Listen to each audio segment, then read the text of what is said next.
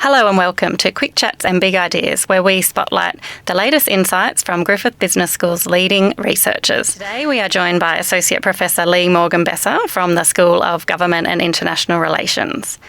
Lee is an expert in comparative politics with a research focus on authoritarianism, democratisation, dictators and Southeast Asian politics.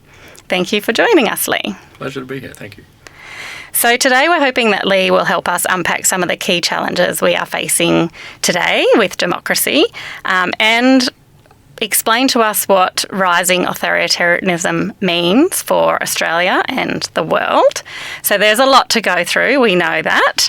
But if we can, let's start with the basics. So can you just explain to people who do not know what is authoritarianism? Sure. Not an easy question. Because it really depends on how one measures these things, and according to some measurements there's about 700 different definitions of authoritarian rule, but I think the simplest one that I give my students in the class that I teach is to look at the competitiveness of elections. So elections are at the heart of democracy, so one way we can compare authoritarian regimes and democracies is to talk about how competitive their elections are. And so if you look around the world at any given time, there's sort of three different types of authoritarian regimes. There's ones that don't hold national elections at all, okay, so they don't encourage participation and contestation. That's sort of your Saudi Arabias of the world, or closer to home maybe Brunei.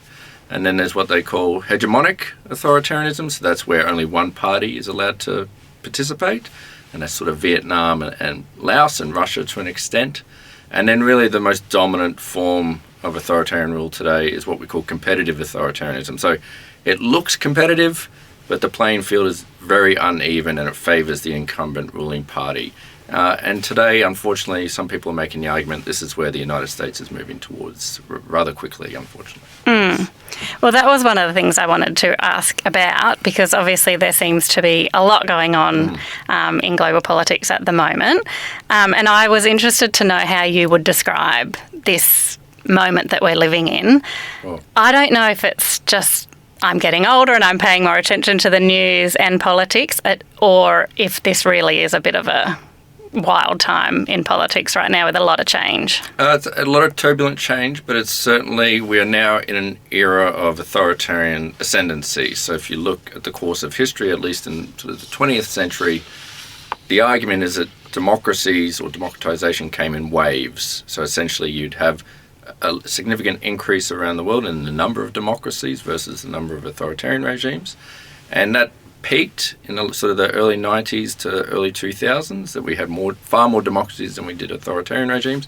And now we're seeing the reverse wave. So the sort of the wave is returning to the ocean, and that if you look around the world today, the number of authoritarian regimes is increasing far more than the number of democratic regimes. And this is where you get countries like the United States and Hungary and Turkey and sort of the Philippines to an extent. That's why it looks so turbulent out there at the moment, is because there's systemic change at the international level in the number of democracies versus the number of authoritarian regimes. So it's not a great time to be hopeful about human rights and peace and democracy. But if you study authoritarianism, unfortunately it's a good time to be in business.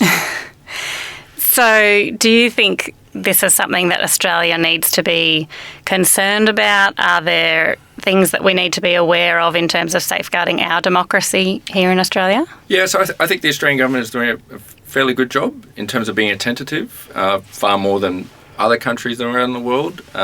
We have whole departments within the Australian federal government dedicated to sort of eliminating or sort of mitigating foreign interference from authoritarian regimes. That's very encouraging. Democracy Task Force is trying to sort of build up resilience within the Australian community to the threat posed by authoritarian rule. So it's not that we're not doing anything. I think we're doing a far better job than others. But the risk is that authoritarian rule evolves very quickly. So far more sophisticated techniques being used by dictators around the world now than there was even 10 to 15 years ago. The internet plays a big role in that. And so it's how attentive can we be to the changing face of authoritarian rule and the threat that it poses on sort of a weekly, monthly, yearly basis. It is the big challenge for the Australian community. What sort of things should we be looking out for? Yeah, so for citizens living in Australia at the moment, I think one way they can sort of help mitigate the threat posed by authoritarian rule is just how they use social media. And obviously a lot of people use social media daily. So what applications are they using? What data are they providing to those applications? How much sort of disinformation and misinformation is sort of coming into or onto their screens. I think it's a big issue. And basically, how attentive are they to what's on their screen at any given time? So I think basic understanding of the difference between good, objective, factual information versus misinformation, and then disinformation is really important at the moment, and this is a big area for the Australian government. So that's something that citizens can do daily. And then also on top of that, looking at elections both at the local, state and federal level, and do citizens have the capacity to freely elect their representatives, free from interference from both overseas, but also the role of misinformation and disinformation within Australia around election time is really important. Social media is just such a huge, I believe, a huge issue. Do you think it is a huge issue as well? And do you think Australia is doing enough to keep on top of disinformation that is being spread on social media? I think the Australian government, at least, and the community more broadly, is, as I said, doing a better job than other countries. The risk is that evolving nature of authoritarian rule and the problem of we don't sometimes know where the threat is coming from and when it is arriving. So we've seen in other countries around the world, sort of France and Germany, and then even sort of Taiwan is a good example of specific disinformation campaigns launched by sort of the likes of China and Russia, targeting a particular policy issue or a particular event such as elections. And so can we sort of predict ahead of time that this is going to happen to Australia? I mean, we had the problem with the census a few years ago, which was a pretty notable example. So I think as a country, we're getting better at anticipating when a disinformation or an influence campaign is going to be launched against us. But the key issue is, will people know that they are in the midst of a disinformation or influence campaign launched by a foreign government? That's the key challenge, I think. And with the rise of AI as well, I'm thinking it's so much easier for people to create false information that looks legitimate. Yeah, absolutely. And that's really, it goes hand in hand with these disinformation campaigns that we're seeing. So, the use of deepfakes is a really good example. The use of generative AI videos that are on essentially fake events that didn't happen, and whether people can filter out sort of fact from fiction is really important. And this is where education, I think, plays a large role. It's something we could do a lot better on. So educating, sort of secondary students at high school, I think that's where we need to start. But because by the time they get to voting age, what is that information space going to look like in terms of AI? I think it's fairly worrying trends that we're seeing. So your research focuses a lot in the Southeast Asian area. What lessons do you think that we can learn from that region? Yeah, I think what's important to know about Southeast Asia as a whole is it's sort of bucked the trends that I spoke about before in terms of the waves of democratization. So if you look at the 20th century, and if we take for granted that there's been sort of three waves of democratization globally, Southeast Asia has sort of been a bit immune to that trend. It's sort of maintained its authoritarianism the whole time. So if you look around the world, around the region at the moment, 11 countries in Southeast Asia, you could pretty easily say 8 of them are authoritarian. And so, unfortunately, that's made me fairly cynical about the growth of democracy globally, because you can have whole regions of the world, and the Middle East is another good example, whole regions of the world that sort of buck the trend. So I wouldn't take any hopeful arguments about Southeast Asia and apply them globally. But what you do see in Southeast Asia is occasionally, so the Philippines in the 80s is a good example, or 86. Indonesia is another good example where people power, so popular protests, can make substantial change to the nature of the government that's ruling them at a given time. So when you look around the world at the moment, the United States is a good example, and Hungary is another one. it is possible for popular protests to reverse this course of authoritarian rule that we're seeing around the world. So before we wrap things up, I want to touch on your teaching, because I know that you are known for doing some creative things in your classroom to sort of engage your students a little bit more. Mm-hmm. Can you explain to me a little bit more about things that you're doing? Sure. Yeah, so I teach a course called The Way of the Dictator. It'll be in its 11th year soon. It basically tracks the average life cycle of a dictatorship. So how do they get into power to what happens after they lose power?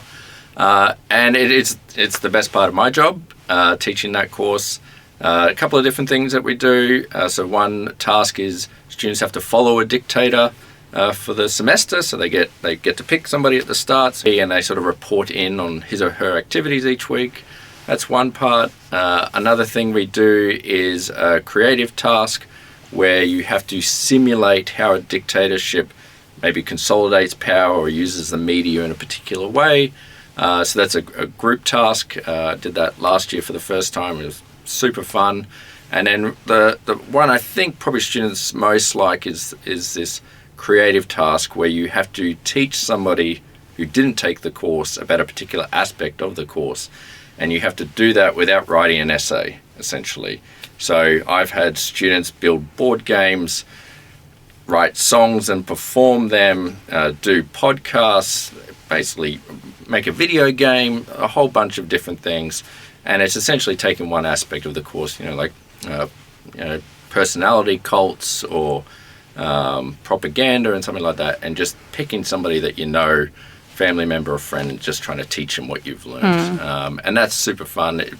Very creative. Very creative. It's great to mark as opposed to marking an essay. Yes. It's really the best part of the course. And so I love teaching that course. That's very cool. Yeah. And keeps the students super engaged and wanting to learn. Exactly. They don't even know they're learning while they're doing it. Yes. They're having so much fun. Yes.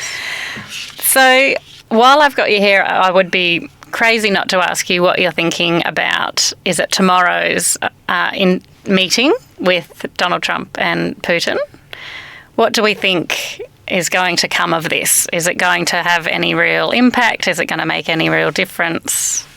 I'm certainly hopeful he doesn't give away Alaska. That would be the starting point. Putting that crazy notion aside, I don't expect anything substantial to come of it. So I imagine there'll be more pressure on Ukraine than any time previously. I imagine Russia or Putin will offer some concessions, but maybe not follow through with them down the track. It may just be like Donald Trump's meeting with Kim Jong-un in Singapore a few years ago. There's a lot of bells and whistles and show, but not much actually comes from it. Not much really changes either. So I'm not too concerned about the meeting. More worried about what's happening on the streets of America at the moment. A meeting to set another meeting to keep things going, pushing them down the track. Yes. Yeah.